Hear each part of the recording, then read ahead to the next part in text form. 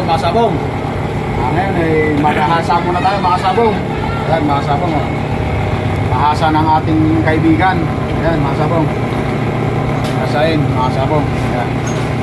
Ayan. Pakikita ko sa inyo mga sabong. Ayan mga sabong ha. Doon sa mga ano ha. Para meron kayong guide sa paghahasa mga sabong.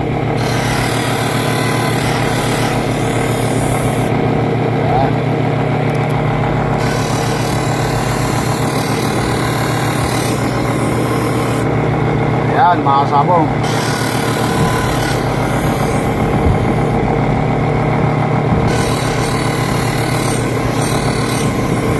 Basta sa paghahasa mga kasabong, ang gagawin ninyo dito sa tari mga kasabong, kung ano ang paglapag, kung ano yung lapag mga kasabong, yan, yun na ho, kung ano yung lapag nyo, yun na yun hanggang sa dulo, hanggang matapos mga kasabong. Yan. Yan mga kasabong. Yan, para doon sa mga nagtatanong sa akin mga kasabong ha. Saka ang dulo mga kasabong, kailangan naka V-shape, tsaka kumakagat mga kasabong. Yan. Yan mga kasabong.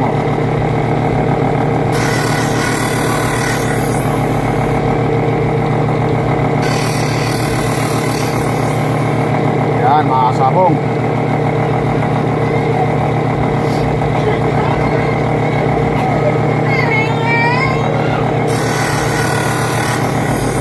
Yan mga sabong.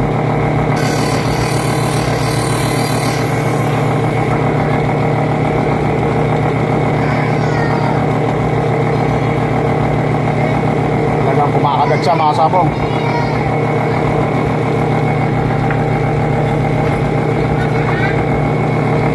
Saka doon pala mga kasabong, doon sa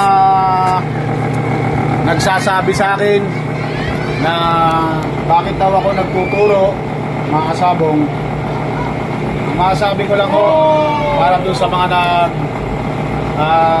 nagtatanong sa akin, nagsasabi sa akin bakit daw ako nagtuturo, o bakit daw yun nga, pag ano, pag-asa o pag ano, siguro makakapa ko rin siguro maano rin yun.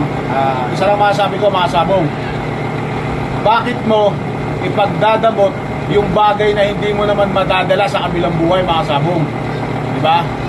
Bakit mo ipagdadamot? Sa totoo lang, mga sabong, napakasarap, napakaganda ng napakadaming maghahasa mga sabong. Yan. Kasi nga, pag maraming maghahasa, hindi na mahihirapan yung mga manare. Ako, manare din ako. Ibang mga manare na hindi sila mahihirapan na maghanap ng maghahasa. Kasi nga, marami nang naghahasa ng taray mga sabong. Yan. Saka mga sabong, ako kasi hindi madamot na tao mga kasabong eh.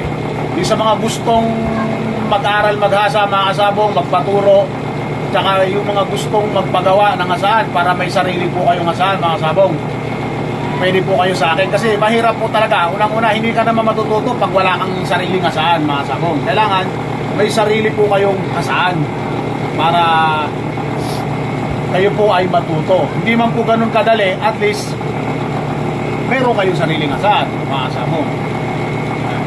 Na mga sabong ha, yan lamang po mga sabong. Para sa mga gustong matuto, mga sabong ha, PM nyo lang po ako, J. Ruga mga sabong.